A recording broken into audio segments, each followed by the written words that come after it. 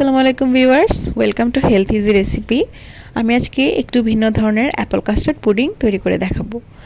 আমি এজন্য একটি আপেলকে পাতলা স্লাইস করে কেটে নিয়েছি।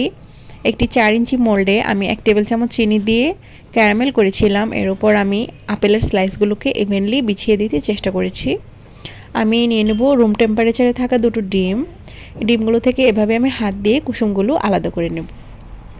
এগ হোয়াইট রেডি হয়ে গিয়েছে। আমি এখানে ব্যবহার করব কাস্টার্ড পাউডার। এখানে ডিমের কুসুমও রেডি এবং ডিমের ফোমটাকে ভালোভাবে করার জন্য আমি কেবলমাত্র 2 টেবিল চামচ চিনি ব্যবহার করেছি। এগ হোয়াইটটার মধ্যে একটুখানি ভিনেগার দিয়ে আমি এটাকে প্রথম বিট করতে থাকব। এরপর আস্তে আস্তে আমরা চিনিটাকে মিশিয়ে নেব। আমি এখানে অন্য একটি প্রাকৃতিক সুইটনার ব্যবহার করব, এটা আপনারা দেখতে পাবেন। এই মিশ্রণটিকে একটু ক্রিমি করে বিট করতে হবে, বেশি বিট করলে শক্ত হয়ে যাবে, তখন আর এই পুডিংটি তৈরি করা যাবে না। হয়ে গিয়েছে, আমি কুসুম দুটো ফাটিয়ে নেব। এর মাঝে আমি দিয়ে দেব কাস্টার্ড পাউডার। এখানে আমি 30 গ্রাম কাস্টার্ড পাউডার ব্যবহার করছি। আপনারা কর্নস্টার্চ ব্যবহার করতে পারেন, সেক্ষেত্রে একটু ভ্যানিলা দিতে হবে। মিশ্রণটা একটু পেস্টি হবে, তাই আপনারা 2 টেবিল চামচ পানি ব্যবহার করতে পারেন। মিশ্রণটাকে আমি কারেকশন করে নিচ্ছি। হয়ে গিয়েছে। আমি এখন প্রাকৃতিক সুইটনার হিসেবে এখানে আমি ব্যবহার করছি মধু। এখানে প্রায় 50 গ্রামের মতো মধু আছে। আমি কুসুমের মিশ্রণটার মধ্যে একটু ফোম ঢেলে দিচ্ছি।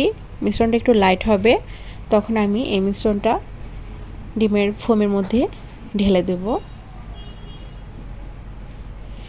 এবং ভালো করে ফোল্ড করে নেব। আলতো হাতে আপনারা ফোল্ড করবেন।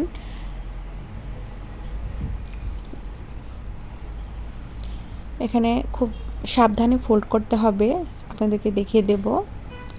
একটু ধৈর্য নিয়ে সময় নিয়ে আপনারা মিশ্রণটা ফোল্ড করবেন।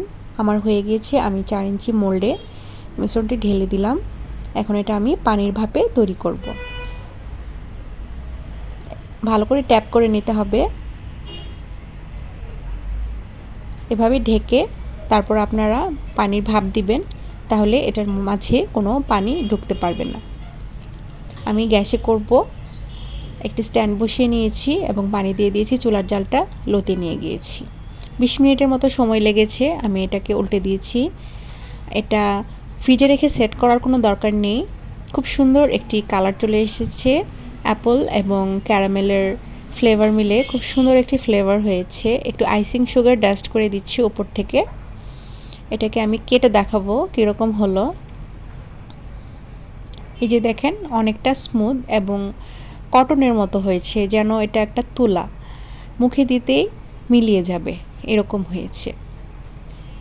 একটু ওয়ার্ম অবস্থায় আমি কাটছি এবং আমার বাচ্চাদেরকে পরিবেশন করছি। আপনারাও ঘরে এই স্বাস্থ্যকর অ্যাপল ক্যারামেল পুডিং তৈরি করে নিতে পারেন।